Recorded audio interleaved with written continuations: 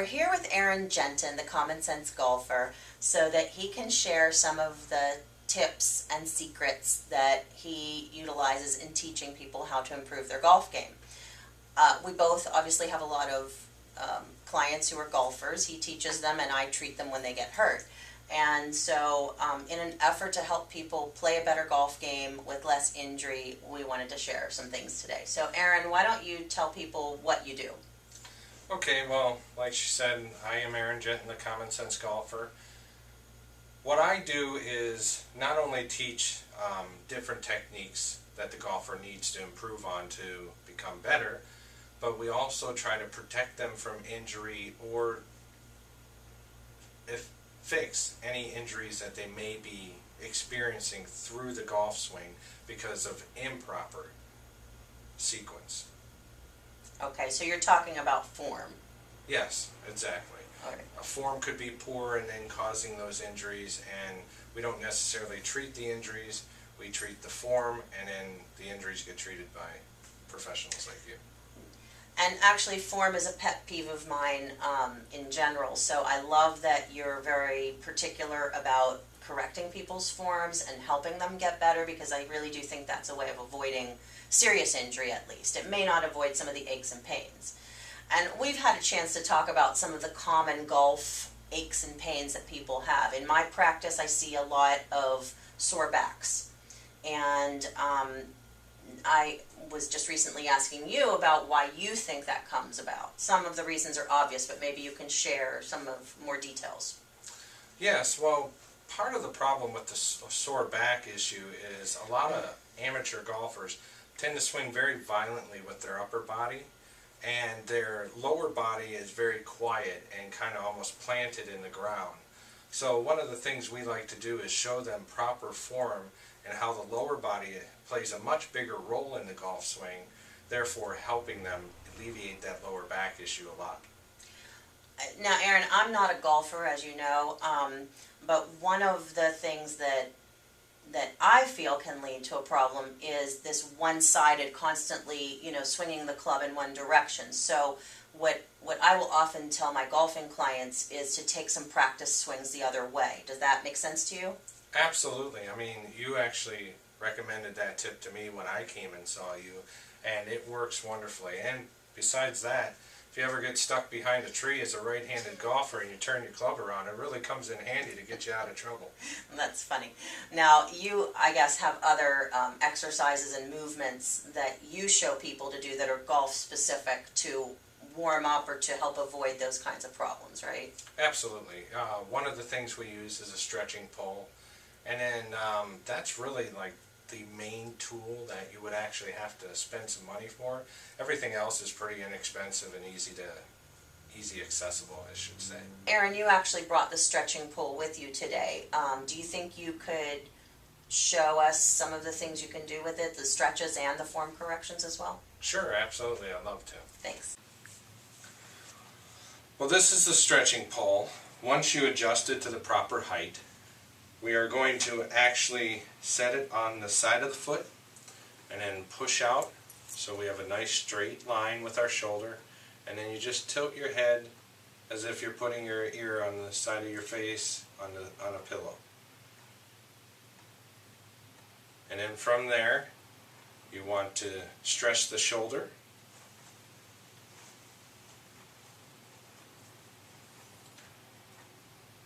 Put it in the same position. Bring your arm back, try to keep your chest square, and get this as far back as you can without overextending your arm.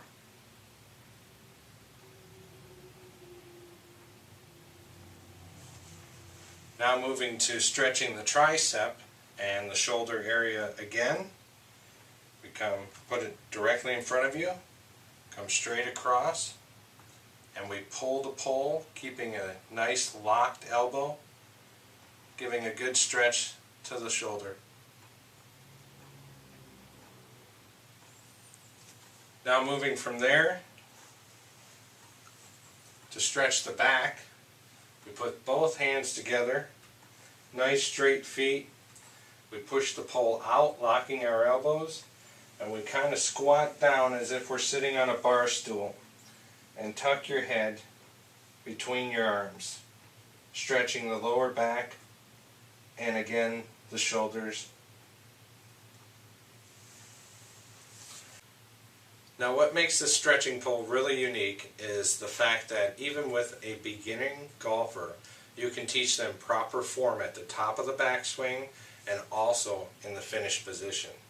So I'm going to have Anita come over and give me a hand here. Alrighty. I'll let you take the pole. Okay. Alright, so step right in front of the camera there. Okay. Alright, so you're going to put your left hand here, and right hand on top, just like this. And now what we're going to go ahead and take a little wider stance, get comfortable. You know I'm not a golfer, right? I know. Okay. It's okay. Alright, so we're going to take it to the top of the backswing, and you're going to go ahead and hinge this. Now what I want you to do is look over your shoulder line down at that spot where it's sitting. Straighten this left elbow. Very good. And then what we're going to do is we're going to adjust her knees and hips. She's got a good top torso turn, but her leg action doesn't look proper. So I can step in here and just go like this. So there we go. Good. Now if we look at her position now, she's in much better shape. So from there we can take her to her finished position. So we're going to swing this right around. Hold it. Good, very good. Was I supposed to pivot? Nope, you're alright. Right there's good. Now we're going to drop this shoulder. I want you to look down at the point again. Very good. And we're going to move this knee a little bit more. And I want you to take your right hip and just push it there. There we go. And we're going to adjust the hands right here. There you go. Now extend your elbows. Push there. Now if you look at her right now, she looks more like a golfer. Other than back problems, I think the second most common complaint from golfers is elbow pain, which is also a common complaint for a lot of other tennis players and other sports people. So I guess it's basically a tendinitis, and you see that a lot with your clients as well, right? Yes, that's correct. We see joint pain all the way up the arm, from the wrist to the elbow to the shoulders. One of the things that I did to address that is our one-of-a-kind golf simulator, which I designed. Why don't you tell us about it a little bit? Okay, well we had you film a few snippets in there, and one of the things were that golfers experience is when they hit that hard surface, which is actually called a stance mat. Its main purpose isn't meant to hit balls off of. But golfers go to the driving range, and when they practice during the wintertime inside a simulator, that's mainly what they have to hit off of. Well, every time they sharply hit down with improper form, it gives them a shock all the way up the club head, up into their joints of their arms, therefore causing pain. And they come to me lots of times with all sorts of straps and stuff to alleviate that pain. Well, one of the things we did with the golf simulator was develop a hitting mat that actually flexes downward to simulate real ground and also to alleviate those pain-causing injuries.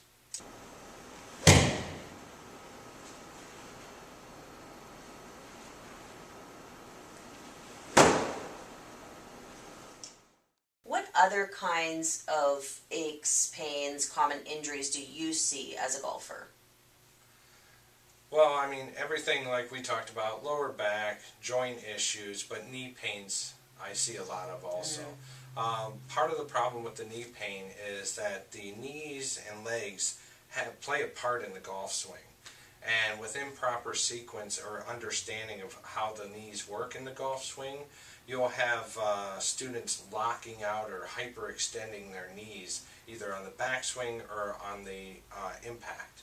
And that's one of the worst things you can do. In fact, to mention a big name, Tiger Woods, that was one of his causes for his left knee pain, is he used to lock out his left knee. Now a simple tool is a little kickball from the local drugstore, and you put it just above your knee joints, and it gives you proper sequence. I'm a huge fan of the low-tech solutions, and I think you're going to show us Yeah, how to use that? absolutely. I'll show you how to use that with the stretching pole. Okay. Now, with the stretching pole or without the stretching pole, you can actually swing and hit golf balls with this little device, which is a simple play ball, kick ball, that you can find at any little drugstore for a couple dollars. So what we're going to do is we're going to place it just above the knee joints, just like this. You're going to take your golf stance, and since we don't have the ceiling height to actually swing a golf club, we're going to use the stretching pole. So now the object here is for me to make my turn at the top of the backswing and to the finish without dropping the ball. This helps our knees. A lot of golfers tend to lock their knees, and that hyperextends them, and that's why they go to Anita, because they have pain. So we take this, and when we turn, you can see both knees stay flexed, and when they stay flexed, that will help keep them healthy.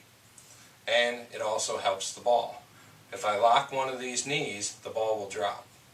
And the same thing in the finish position. When I come to the finish position, I'm here, both knees are staying slightly flexed. That's how to avoid knee pain. Something you mentioned to me, Aaron, that I hadn't really thought of in the context of golf, but apparently it's very important, is balance. And I know, balance is key, especially as you age, so that, you avoid falls and various other problems. But what is the significance of it in golf, and what do you do for it? Well, without proper balance in the golf swing, you're not going to strike the ball well. You're going to be very inconsistent. So, simple little training on balance is very easy to get somebody to, again, understand how it works, and also to strengthen those little muscles that we need around the ankles to keep that balance proper.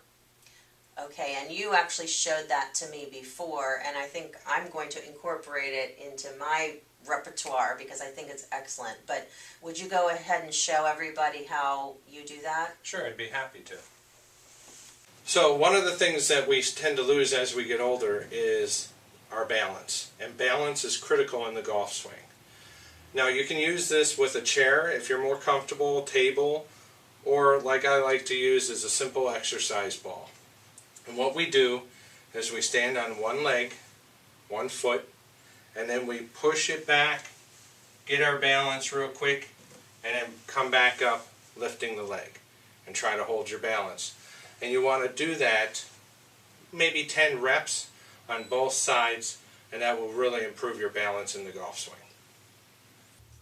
Well, Aaron, I want to thank you so much for coming in and sharing your insights with me and with my clients and others who hopefully will see this video as well.